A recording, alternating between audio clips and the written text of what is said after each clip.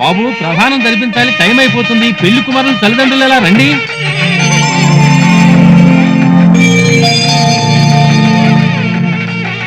వాడికి తల్లిదండ్రులు లేరు బాబు.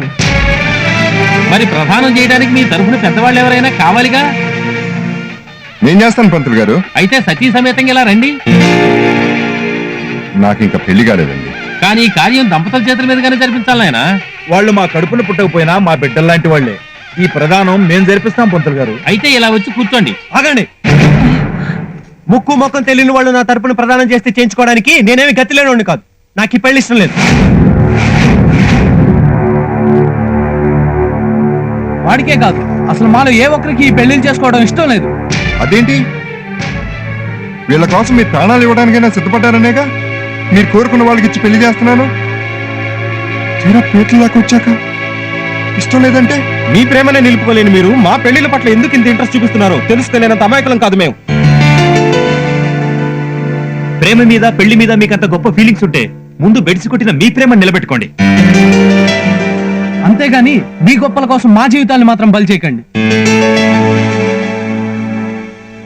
నిజమే, ప్రేమలో బాధ తెలిసిన వాడిని.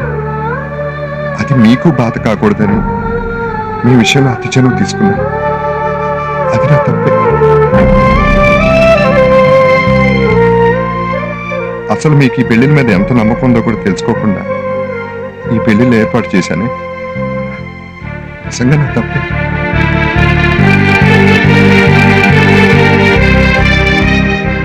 నా కారణంగా నలుగురు అమ్మాయిల జీవితాలు నలుగురిలో నవ్వులు పాలైపోయాయి. క్షమించమని అడిగితే సర్దుకునేంత చిన్న తప్పు కాదమ్మా నేను చేసింది. తొందరపడ్డాను.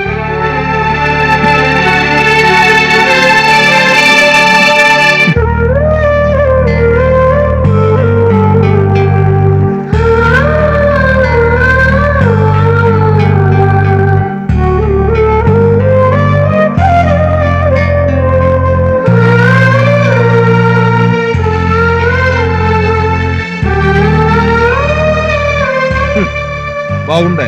చాలా బాగుంది. కొవ్వెక్కి ఆడపిల్లల వెంట పడుతుంటే మీది నిజంగా ప్రేమే అనుకుని మీ ప్రేమను గెలిపించడానికి వాడి ప్రేమను పణంగా పెట్టి మీ ప్రేమలను పెళ్లిళ్ల వరకు తీసుకొచ్చిన వాడికి మీరిచ్చిన బహుమానం చాలా బాగుంది. పీటల మీద కూర్చుని పెళ్లి చేసుకోవాల్సిన వయసులో పెళ్లి పెద్దయి మిమ్మల్ని అందరినీ ఒకటి చేయాలనుకున్నందుకు వాడికి చాలా గొప్పగా బుద్ధి చెప్పారయ్యా.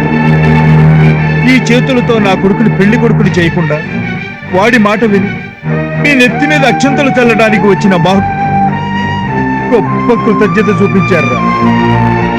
వాడు మనిషిగా చచ్చిపోయింది అంజలి దూరం అయిపోయిన రోజు కాదురా. మీరంతా కలిసి ఇంత గొప్ప గుణపాఠం నేర్పిన ఈ రోజురా నిజంగా వాడు చచ్చిపోయింది.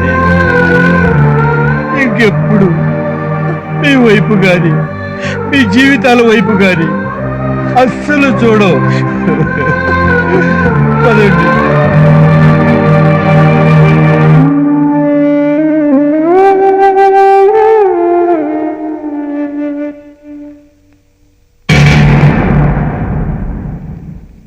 మమ్మల్ని క్షమించండి అంకుల్.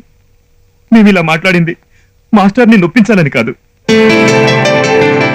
అంజలి గారి ముందు తన ప్రేమ ఓడిపోతుందని తెలిసి కూడా మాకు అండగా నిలిచి మా ప్రేమ నిలబెట్టిన మాస్టర్ మాకు దేవుడు అంకుల్. ప్రాణాలకు తెగించేస్తున్న ఈ పెళ్లిళ్ళు మాకు అక్కర్లేదని చెప్పింది మాకు ఆయన మీద గౌరవం లేక కాదు అంకుల్. మా కారణంగా విడిపోయిన మాస్టర్ అంజలి మేడంను ఒక్కటి చేసే వరకు మేం పెళ్లిళ్ళు చేసుకోకూడదని. రక్త సంబంధం ఉన్న వాళ్ళు కూడా ప్రేమికులు విడదీయాలని చూసే ఈ రోజుల్లో ఏ సంబంధం లేకపోయినా మమ్మల్ని ఒకటి చేయాలనుకున్న మాస్టర్ గురించి మేం కొంచెం కూడా ఆలోచించకపోతే మేము అసలు మనుషులమే కాదు.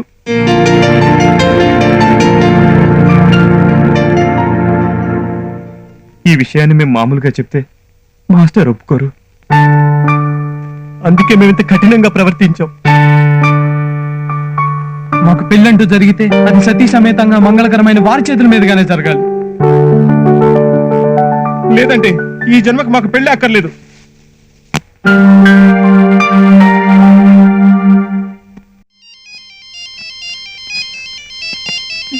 హలో.